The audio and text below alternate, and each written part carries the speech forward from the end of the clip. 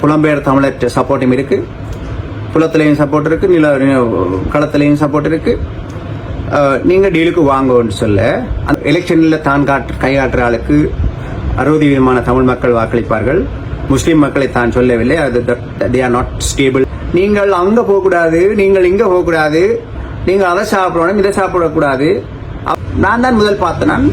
நான் இவருக்கான உதவியை நான் செய்ய வந்தேன். டாக்டர் எனது காரை விற்க போறேன்னு சொல்லி சட்ட செலவு வந்துட்டு எனது காரை விற்க போறேன்னு சொன்னது. அப்ப அவருக்கு வெளிநாட்டில் இருந்தெல்லாம் மக்கள் உடனடியாக காரணம் கொண்டும் வழக்கு சம்பந்தமா எந்த கதையும் கதைக்க கூடாது, எந்த வீடியோவும் போடக்கூடாது. டக்ளஸ் தேவானந்தாவுக்கு கரையோரத்தில் வாக்கு இருக்கு, அந்த வாக்கை நான் உடைப்பேன். வணக்கம். உலக தமிழ் மக்கள் அனைவருக்கும் வணக்கம். கடந்த 24 மணித்தியாலத்திற்குள் வைத்தியர் அர்ஜுனா அவர்களுக்கும் இன்னொரு பெண் வைத்தியர் ஒருவருக்கும் இடையில்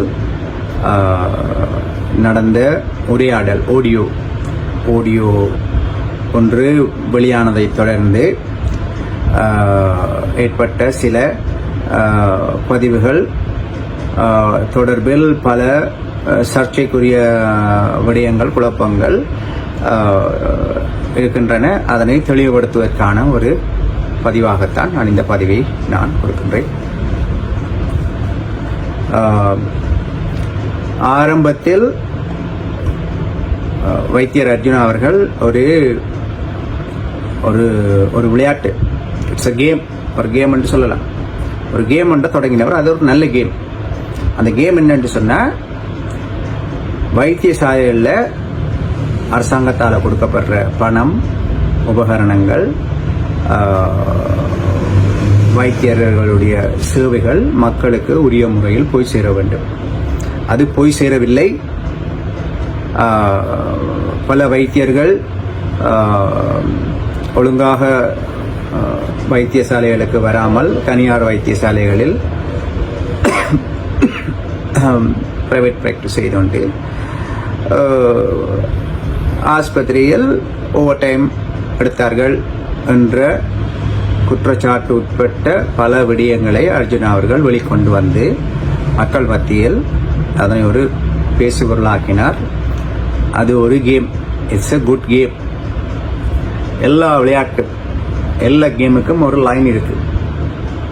ஸோ தட் சேஃப் சோன், அந்த ஒரு விளையாட்டுக்கான அந்த வட்டத்துக்குள்ள அவர் இருக்கும் வரைக்கும் அவருக்கு நானும் ஆதரவு, நீங்களும் ஆதரவு, அனைவரும் ஆதரவு.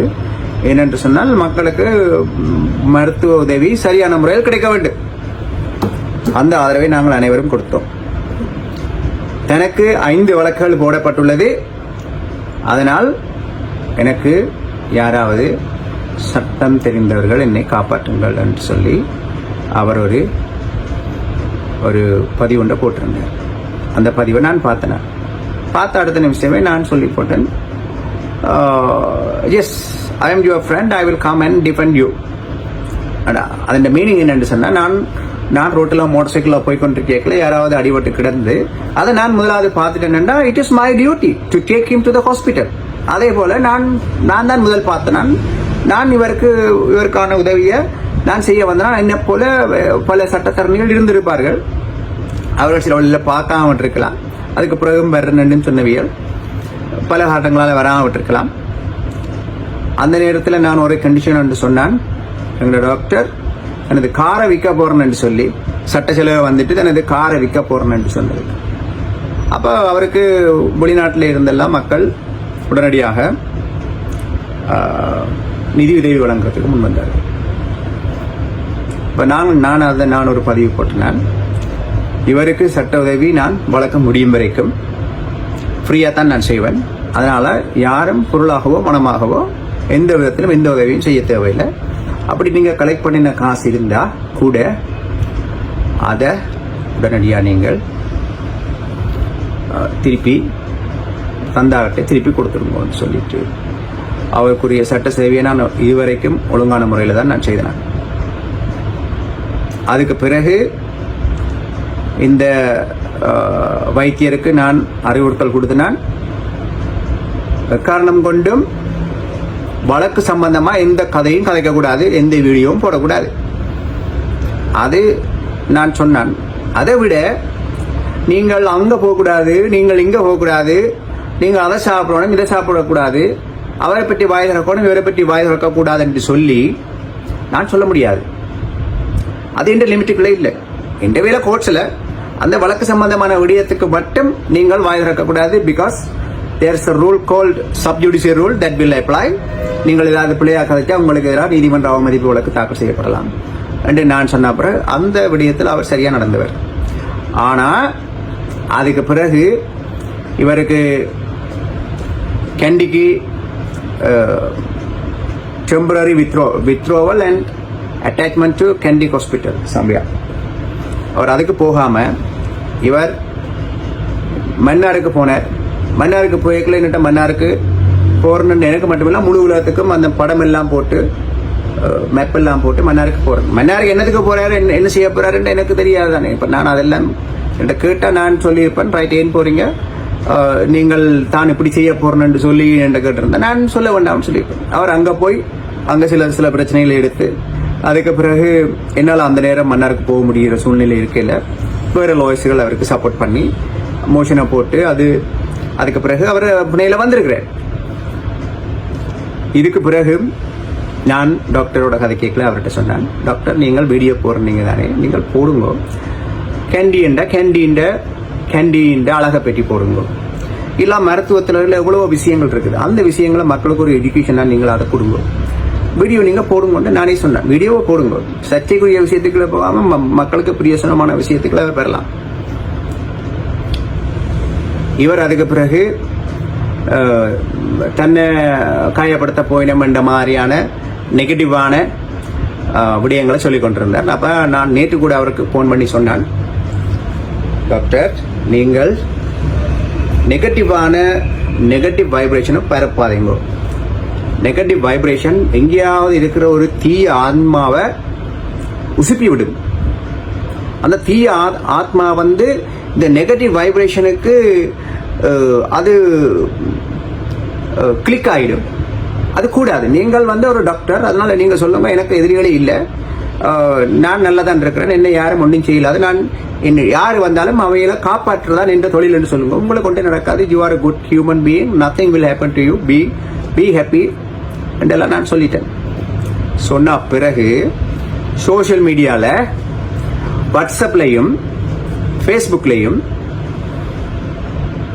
ஆடியோ வருது. அந்த ஆடியோவில் இவர் சொல்றார், எனக்கு டயஸ்போரால இருந்து தமிழ் புலம்பெயர்ந்த மக்களிடமிருந்து மிகப்பெரிய ஆதரவு இருக்கு, தனக்கு எலெக்ஷனில் தான் கையாற்றுற ஆளுக்கு 60% தமிழ் மக்கள் வாக்களிப்பார்கள், முஸ்லிம் மக்களை தான் சொல்லவில்லை, அது they are not stable people, they will not listen to me, but Tamil மக்கள் கேட்பார்கள். ஏன்னா தமிழ் மக்கள் எல்லாருக்கும் அறிவில்லை, இவருக்கு மட்டும்தான் அறிவிருக்கு, இவர் சொன்னா தமிழ் மக்கள் போய் போடுவார்கள் என்று சொல்லி அந்த லேடி டாக்டரோட இவர் கதைக்கிறார்.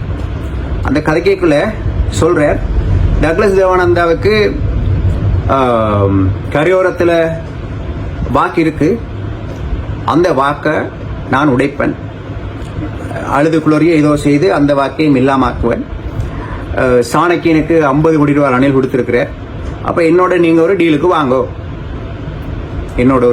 வாங்கோ, என்னட்ட புலம்பெயர் தமிழர் சப்போர்ட்டும் இருக்கு, புலத்திலையும் சப்போர்ட் இருக்கு, களத்திலையும் சப்போர்ட் இருக்கு, நீங்க டீலுக்கு வாங்கன்னு சொல்ல அந்த லேடி சொல்ற, இல்ல நாங்கள் அப்படி இல்லாம இல்ல, நீங்க விருப்பம்டா சப்போர்ட் பண்ணுங்க, நீங்க சப்போர்ட் பண்ண சொல்லி நாங்கள் கேட்க இல்லை. அண்ட் இவர் சொல்ற, தமிழ் மக்கள் என்னோட சொல்ல, she said that no, don't say that they are Tamil or English, all are Sri Lankan, we are Sri Lankan என்று கதையங்கோ என்று இவர்கிட்ட சொன்னது. அப்ப அதன் மீனிங் என்ன அர்த்தம் சொல்றவர், தான் பார்லிமெண்ட் தேர்தலில் டாக்டர்ஸ் இன்ஜினியர்ஸ் என்று சொல்லி ஒரு படைப்பட்டாளத்தோட தான் எலெக்ஷன் நிற்க போறேன் என்று அவர் அறிவிக்கிறார். That is his intention has been revealed. So அதாவது அந்த சேஃப் சோன் என்று சொன்ன அந்த கேம், அந்த வட்டத்துக்குள்ள இருந்து அவர் வெளியேறி அரசியல் கட்சி என்ற அரசியல் இதுக்கு என்ற வட்டத்துக்குள்ள அவர் வந்துட்டார். அரசியல் வட்டத்துக்குள்ள தான் நாங்கள் இருக்கிறோம். அரசியல் வட்டத்துக்குள்ள வந்தா அடி விழும். அடி என்று சொன்னால் பிசிக்கலான அடி இல்ல, கருத்து முதல்கள் வரும். இவருக்கு கட்சி இல்ல, கட்சி கொள்கை இல்ல, கட்சி கொள்கை ஒன்றுமே இல்லாமத்தான் இவர் புலம்பெயர் தமிழர்கள்ட்ட தனக்கு நிதி ஆதரவு வழங்க சொல்லி நான் சொன்னேன், no don't do it, that will create another problem சொல்லி அதை நான் சொல்ல விரும்பல. அதை அந்த போஸ்ட் அவர் அழிச்சவர் பிறகு அவரை நான் காப்பாற்றினேன். உண்மையில I advised him at the right time. I did what is needed. I did it. Douglas ஐயாவை பற்றி இந்த ஆபீஸில் நான் அவர்கிட்ட சொன்னான். டக்ளஸ் ஐயா எங்களுக்கு ஒரு மகான் மாதிரி. அவர் மச்சம் சாப்பிட மாட்டார், ஒரு தலையணி இல்லை, ஒரு மேசையில் படுப்பார், இரவு போன் அடித்தாலும் ஆன்சர் பண்ணுவார், எவ்வளவு மக்கள் போனாலும் மக்கள் இந்த 7 மணி வரைக்கும் செய்வார். தனக்கு முதுகுல குத்தின ஆக்கள் உதவிக்கு போனாலும் உதவி செய்து கொடுப்பார். அப்படியான ஒரு மகானை நான் பார்க்கல. அவர் எங்களுக்கு ஒரு மகான் என்று நான் சொன்ன பிறகும் இவர் டக்ளஸ் ஐயாவை பற்றி குறை சொல்றார். டக்ளஸ் ஐயாவின் கட்சியை பற்றி அவற்றை வாக்குள்ள உடைப்பன் என்று சொன்ன பிறகும் இவர் பொதுத்தளத்துக்குள்ள வந்துட்டார். அதாவது ஒரு சிக்கலான வட்டத்துக்குள்ள வந்துட்டார். சிக்கலான வட்டத்துக்குள்ள வந்தபடியா மற்ற ஆக்கள் மாதிரி நானும் மீம்ஸ் போட்டேன். அது மீம்ஸ் ஒன்றுல நான் சொன்னேன், இவரை இலங்கையின் நெல்சன் மண்டேலான்னு சொல்லி வெளிநாட்டில் இருக்கிற நிலாம்தீன் என்ற 10 எழுத்தாளர் ஒரு ஆள் சொல்லியிருக்கார், அதை வர்ணிச்சிருக்கிறார். அவர் சொல்றார் என்னன்னு சொன்னால், இவர் அடுத்த பாராளுமன்ற தேர்தலில் போட்டியிட்டால் அவருக்கு யாழ்ப்பாணத்தில் 5 சீட் கிடைக்கும் என்று சொல்லி இந்த கணிப்புகள் எல்லாம் அவர் வந்து களத்தில் நின்று பார்த்தெடுத்தவர் அல்லது கற்பனையில கதைக்கிறார். இவ்வாறான சில பேர்களுடைய பொறுப்பற்ற உற்சாகமூட்டல், உசுப்பேத்தி விடல்கள் காரணமாக இந்த டாக்டர் வந்து இந்த அரசியல் களத்துக்குள்ள வந்தார். நான் விமர்சிக்கிறேன். இந்த அரசியல் களத்துக்குள்ள வந்த விஷயத்துக்கும் அந்த ஆடியோ பொய் என்று சொல்லி இவர் சொல்லல. இதுவரை அந்த ஆடியோ பொய் என்று இவர் சொல்லல. அந்த ஆடியோ உண்மைன்றதை சொல்றேன். ஆனா ஆடியோல வந்த விடயத்துல சில விடயங்களை மறைச்சு கொண்டு அங்கால அதுக்கு ஒரு புது இன்டர்பிரிட்டேஷன் ஒன்றை செய்யற. நீங்கள் அறிவாளி என்று நினைக்கிறதுக்கு உங்களுக்கு உரிமை இருக்கு, அடுத்தவனை முட்டாள் என்று நினைக்கிறதுக்கு உங்களுக்கு உரிமை இல்லை. உங்களோட முட்டாள்தனமா நீங்க இருக்கிறதுக்கும் உரிமை இருக்கு, உங்களோட முட்டாள்தனத்தை பரப்புறதுக்கு உரிமை இல்லை. நாங்கள் இவருக்கு சிக்கலான நேரம் நாங்கள் இவருக்கு உதவி செய்தது எந்த விதமான அரசியல் கலப்பும் இல்லாத உதவி.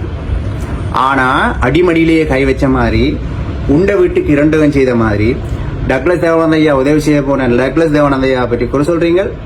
நான் பொது விஷயத்துக்குள்ள நீங்கள் அரசியலுக்குள்ள வரப்போறேன் ஒரு ஆடியோ வந்தது. அந்த ஆடியோ சம்பந்தமா நான் மீம்ஸ் போட்டேன். இந்த மீம்ஸ் போட்டதுக்கும் இவற்றை வழக்குக்கும் சம்பந்தம் இல்லை. அந்த வழக்கை நாங்கள் புறம்பான கேஸ், அது நான் பார்த்துக்கொள்றேன். அதுக்கும் இதுக்கும் சம்பந்தம் இல்லை.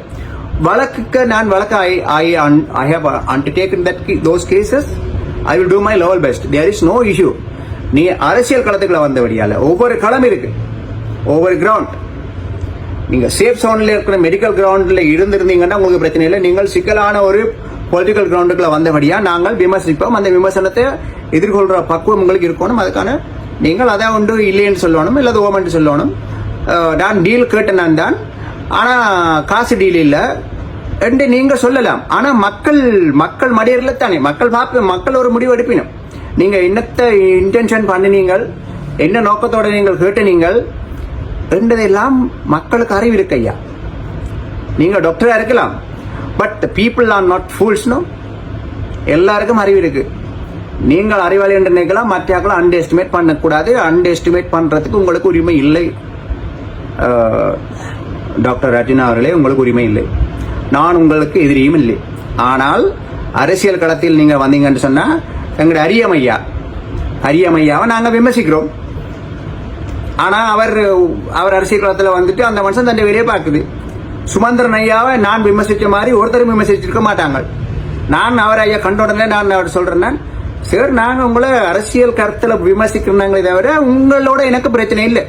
அவர் என்ன கண்ட என்னோட படம் எடுத்துட்டு போகக்கூடிய அளவுதான் நாங்கள் எங்களோட மியூச்சுவல் ரெஸ்பெக்ட் நாங்கள் வச்சிருக்கிறோம்.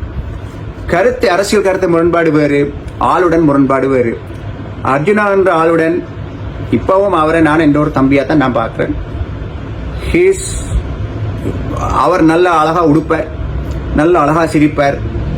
It's a pleasant personality. அவர் என்ன ஐ லவ் யூ சொன்ன மாதிரி நானும் அவரை சொல்றேன். Right, I like you. Right. ஆனா அரசியல் கதையை கதைச்சிங்கன்னு சொன்னா நாங்கள் அதை விமர்சிப்போம். நான் கடுமையாக கூட விமர்சிக்கல. நான் சிரிக்கிற மாதிரி போட்டோக்கள் போட்டது, மீம்ஸ் போட்டது தான் நான். அதுக்கு இவர் என்ன செய்கிறாருன்னு சொன்னா என்ன பிளாக் பண்ணி போட்டு இப்ப எனக்கு நாமம் போடுறேன்னுலாம் சொல்லியிருக்கிறேன். என்ன நாமம் போட போறது எனக்கு தெரியல. நீங்க என்னத்தை சொன்னாலும் டாக்டர், உங்களை நாங்கள் பாதுகாப்போம். நீங்கள் தமிழருக்கு தேவையான ஒரு டாக்டர். நீங்க நல்லா இருக்கணும். அரசியலுக்குள்ள வந்தாலும் பிரச்சனை இல்லை. நீங்க அரசியலுக்குள்ள வரைக்கும் போது உங்களுக்கு பல படிகள் நீங்க தாண்டணும். எங்கட டாக்டர் தேவானந்த ஐயா 30 வருஷமா பார்லிமெண்டம் தொடர்ச்சியா போற ஒரு மிகப்பெரிய மேதை, அரசியல் மேதை. அவர் கூட இப்படி ஒரு வார்த்தை சொல்றீங்க. நீங்கள் அரசியலுக்குள்ள வந்து 3 மாதமும் இல்ல 5 சீட் எடுக்க போறோம்னு நீங்கள் மனப்பால் குடிச்சு கொண்டு இருக்கிறீங்க. அப்ப இதை நினைச்சு நாங்கள் அழுகிறதா சிரிக்கிறதா என்ன நடந்தாலும் we will protect you. Still I am your lawyer. I am ready to assist you. இல்ல நான் வேண்டாம் என்று நீங்கள் சொல்லி சொன்னா கூட அதை நீங்க எனக்கு எழுத்துல தாங்க, பிரச்சனை இல்லை. But you should retain a lawyer well before the cases. Be prepared to face the case. I want you to be on a safe side. I like you. You are like my brother and I am not your enemy. உலக தமிழருக்கும் இதான் message. Still I am his lawyer. I will do everything to protect him. Thank you.